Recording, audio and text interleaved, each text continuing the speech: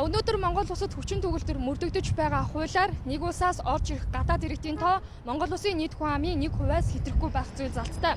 Монгол улс өнөөдөр 3 сая хүн амтай. Тэгвэл Монгол улсад бүгд найрамдах Хятад улсаас хамгийн ихтэй 30 мянган хүн амьдрах боломжтой гэсэн үг юм. Тэгвэл өнөөдөр энэ тоо давчихсан уу? Хятад иргэд Монгол улсад ажиллаж амьдарч байгаа энэ асуудалд төр хяналт тавьж чадаж байна уу? Хуулийн хэрэгжилт өнөөдөр хэр байна вэ? Барилга барин, зам барин, төсөл хөтөлбөр хэрэгжүүлэх нэрийн дор өнөөдөр хичнээн мянган хятад иргэн Монгол улсын хэлээр нэвтэрснийг бодитоогоор хэлэх албан тушаалтан алга байна. Зөвхөн захим ертөнцид энэ асуудлыг эргээд шүүмжилж байна.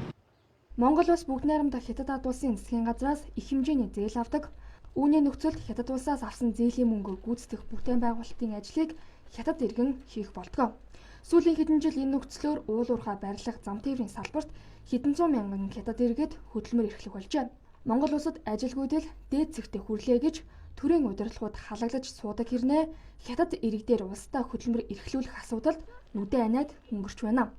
Их хэмжээний мөнгийг хятадаас зээлдэг, зээлсэн мөнгөөрөө Монгол улсад бүтээн байгуулалт хийхээр болдог. Гэтэл тэрхүү бүтээн байгуулалтын ажлыг дангаанц хятадууд хийх нөхцөлтэйгээр зээл авдаг энэ ядмагхан сэтгэлгээ улсын хурлын гишүүдийн ой тойнд багтаад байдаг нь хачирхалтай. Эх орондоо хөдөлмөр эрхлэх сонирхолтой дээд боловсралтай залуус өнөөдөр ажилгүйчүүдийн игнэнд нэгдчихэд байна. Арга барахтай амьдралаа сайжруулна гэсэн итгэлээр хар орныг зорж боолын ажил хийж яваа монгол иргэдийн тоо хэдэн зуун мянга холд авсан. Гэтэл ажил олддоггүй эх оронд нь хар орны иргэд дуртай тоогоороо цалинжаад яваа нь хөгжиж байгаа орны бодлого биш байлтай. Энэ одоо тэр гал энэ цөөл мөр юм биш үү? За ажилгүй Монгол улсад зөндөл байна шүү дээ. Тэр оруулж иж байгаа хуучныхаа хоорондоо ажилгүйд Монгол улсуудад ажил оруулах хэрэгтэй шүү дээ.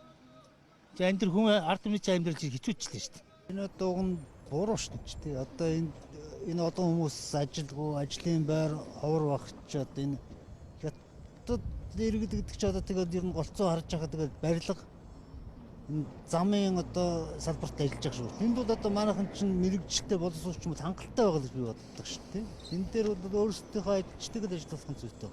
Миний хувьд бол буруу л гэж бодож байна. Монгол хүмүүс ажилгүй байж хахад гадны орлогоноос хүмүүс авчираад ажиллуулад байгаа чинь аль талдаа тийм ээ. Хятад иргэд Монгол улсад байх нь ер нь буруу зүйл. Одоо сүүлийн хэдэн жил бол Монгол улсад хятад иргэдийн тоо эрчимд өсөж байгаа. Энэ бол буруу зүйл. Мэдээж манай Монгол улсад хятад иргэд мэдээж олноор байх нь буруу л да. Тэгээд энэний төлөө бас залуучууд минь тэмцээсэй гэж би бодож байна. Тэгээд манай Монголд нөө визгүй зөрчдөг шүү дээ хятадууд чи тэрийг маш сайн буруу ах гэж би бодож байна. Хөдөлмөр халамжийн үйлчлэгээний ерөнхий газраас Монгол улсад амьдарч байгаа гадаад иргэдийн тоо гаргадаг. Тэдний зүгээс өнөөдрийн байдлаар Монгол улсад 84 улсын 6691 хүн хөдөлмөр эрхэлж байгаа гэх тоон судалгааг хэлж байна.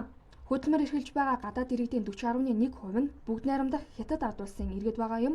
Манай улсад хүчин төгөлдөр мөрдөгдөж байгаа хуулиар нэг улсаас орж ирэх гадаад иргэдийн тоо улсын нийт хүн амын 1%-аас хэтрэхгүй байх залттай.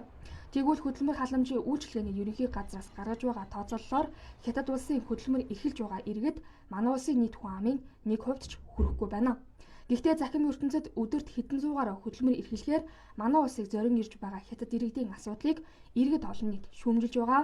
Төрийн байгууллагаас Монгол улсад хөдөлмөр эрхэлж байгаа хятад иргэдийн тоо нэмэгдээгүй, улсын нийт хүн амын 1% ч хүрээгүй гэдгийг хэлж байгаа ч тэрхүү тоон судалгааг хэрхэн яаж гаргаад байгаа нь учир битүүлэг юм а.